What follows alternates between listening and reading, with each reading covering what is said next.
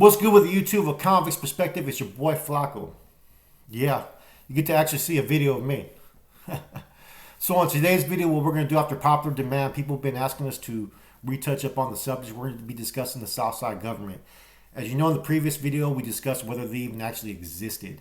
And after numerous research, and extensive research, interacting with numerous individuals on all wavelengths, we've been able to determine that they, in fact, actually did exist. Now, I know a lot of you Southsiders and Sureños, that were in the comments, whether you were active or inactive at this time. Many of you guys said that no, they never did exist. But after, like I said, after doing a lot of researches, communicating with different individuals, I've been able to determine that they did in fact exist. Now, my first source came from a northerner that I talked to that has a lot of history from the 70s, 80s, 90s, even up to current times. And he did a lot of SNY time. And he told me when he was on the SNY yard, he talked to this older ex-Sureño. And he confided a little trust in this individual. They got to interacting and talking. And he brought up the issue, did the Southside government ever exist, SSG? And this ex-Sureño actually said that he was at one time a part of it. And that they did exist.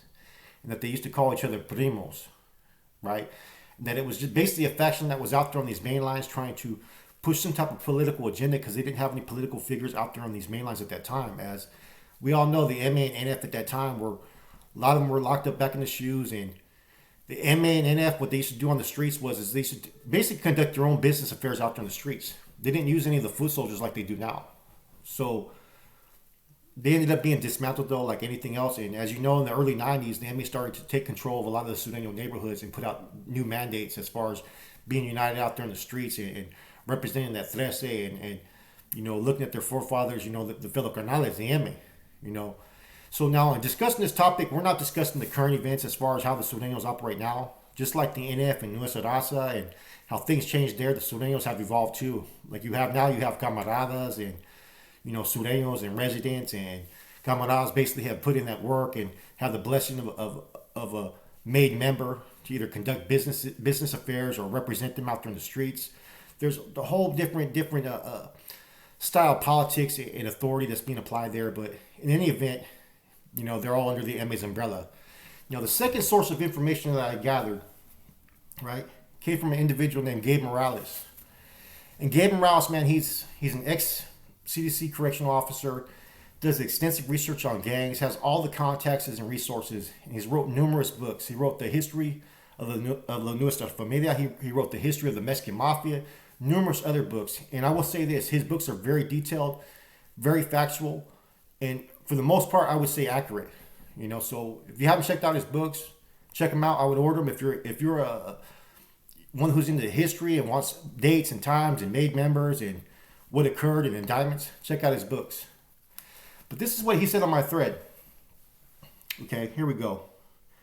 SSG was a brief movement led by a Samoan 18th Street shot caller, Vesi Dog Sagado, and a few others who ran with Francisco Pancho Martinez in the early 1990s. Vesi was swiftly hit in 92 by the MA, and that was the end of that. Southern United Raza was a looser movement and no threatening leadership, so not a problem for the MA. Thus, that term is still allowed. I worked CDC from 1987 to 1993 and personally saw this inside and out. For a while, 18th Street was greenlit for their aggressive expansion and renegade movidas. This was removed by the mid-90s as they agreed to come back under MA direction and control, as most Su 13 gangs are in Southern California and even up north. Barrio 18 in Central America is a whole different game in other parts of the U.S. and world, and they operate at very fine levels of sophistication. So I go on to ask him, basically, were they under MA direction? What was their whole agenda? Were they left to their own creation or devices? How did this SSG form? And this is what he responded to me and told me.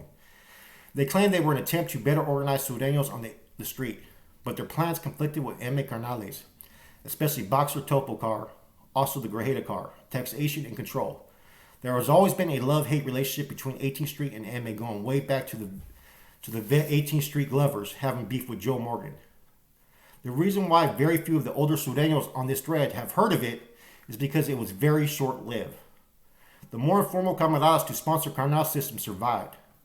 Su 13 crews work under the camaradas and Sureños do a lot but also the inmate canal runs the show.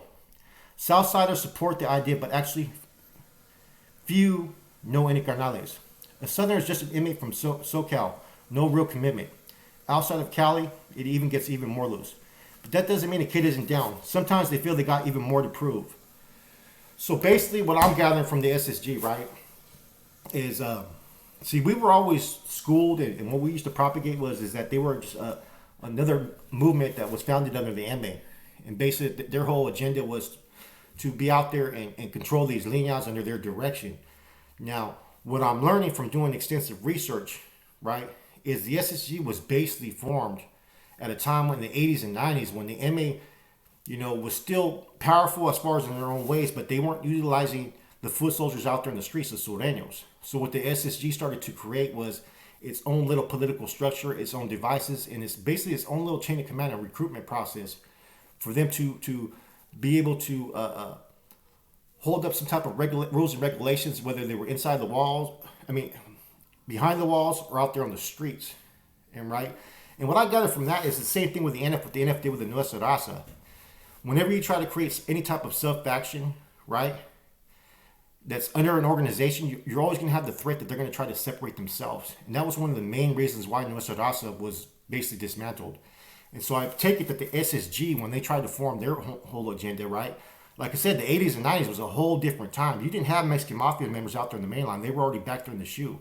And their presence on those main lines, right, it wasn't like it is now as far as the control and sending the camaradas out there to have the blessing to control the yard and to kick back money and to control the drug trade and all that. It was a whole little bit different back then. So it makes sense for me to understand this, that the SSG just formed for them to basically try to control some type of thing for the sureños, right? And that's why I think that basically the MA stepped in and dismantled them. And that's why you're not hearing too much information about the SSG.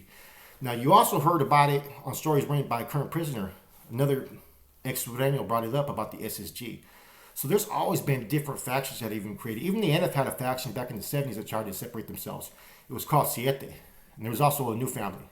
All these things got shut down. But a lot of Northerners wouldn't know this information. It's the same thing that could be said of the SSG. So I just wanted to take this time and just drop this information and let you viewers out there know about what we've learned about the SSG. And from our standpoint, as far as from my past and what I was a part of, our teachings were totally different. We always had that they were propagated. Our propaganda out there was that they were under the MA authority. And what we're learning is that they were a loose movement that was trying to create and break off on their own. With that said, YouTube, that's it. You guys have a good one. I'm Flacco. I'm out.